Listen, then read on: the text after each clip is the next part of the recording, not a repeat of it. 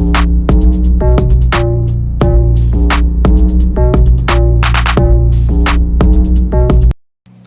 mga tol, good morning.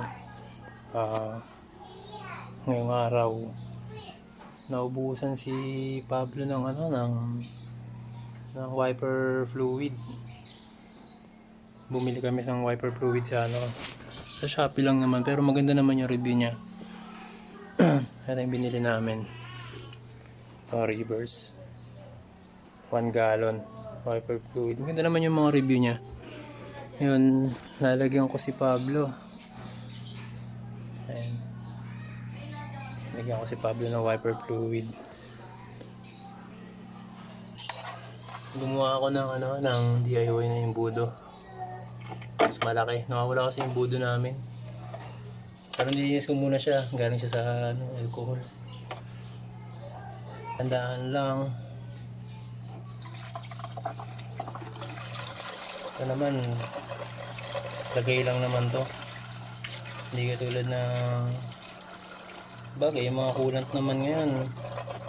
Ready to na rin yung mga coolant ngayon eh.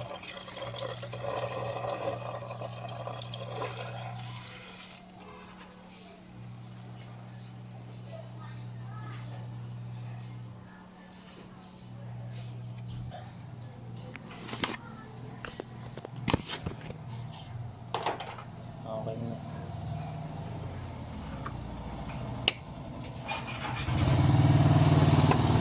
Sunod naman yan. Nung unang PMS niya, nung first month niya, ganyan din yung ganyan din karami nilagay nung nung mekaniko sa Kia. Tinignan ko rin yun kung paano niya nilagyan. Goods.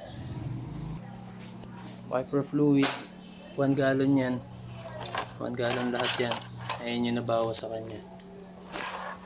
Ang galing.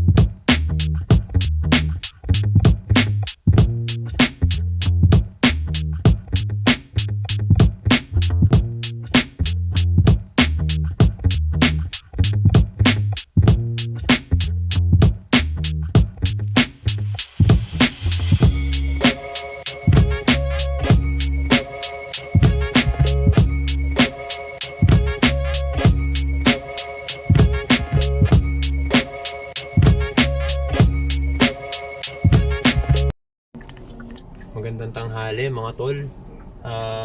Vlog ko ngayon itong tint ni Pablo, itong pinakabit namin na tint kay Pablo, itong X-Film na bluish clear tint ng X-Film. Hindi siya elite, premium lang yung pinakabit namin kay Pablo. Ayan. Ito yung itsura niya sa loob. Medyo nag-dark naman siya ng konti pag nasa loob. Kumpara nung wala talagang tint si Pablo noon. Ayan, pati yung harapan niya. Kumpara nung wala siyang tint nung kinuha namin sa kasa.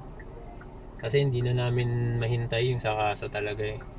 Eh, syempre, bumabiyahe-biyahe kami. Medyo pasok na pasok talaga yung init, sobra pagka walang tint. Pero etong clear tint naman na to, hindi naman siya masyado mainit. Kasi okay naman yung heat reduction niya eh. Syempre, nag search din ako kung okay ba siya sa tanghali, katulad ng gantong panahon. Syempre, mainit na sobra ngayon, summer na. Okay naman. Ang bilis nga magpalamig ng sasakyan eh. Kahit clear siya. Tsaka kung bakit clear yung pinakabit namin,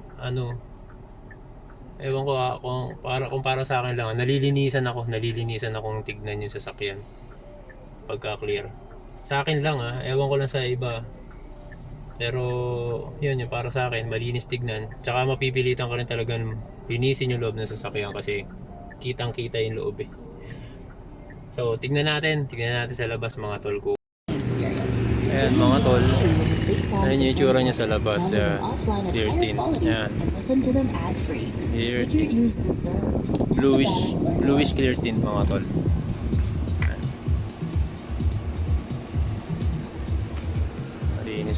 Malinis na siyang tignan. Iba lang talaga pag clear tint kasi mapipilitan ka rin talaga linisin yung loob ng sasakyan mo kasi kitang kita siya. Kitang kita yung loob niya.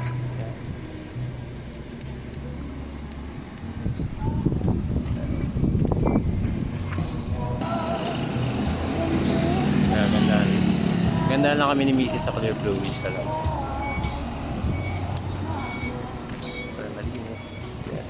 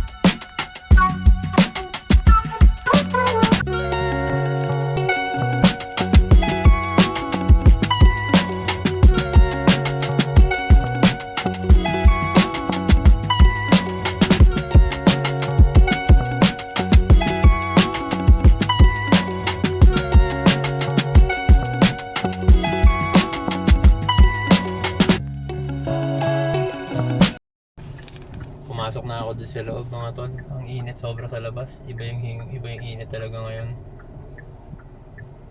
Ayan mga tol. Ayan yung itsura niya sa loob. Ayan.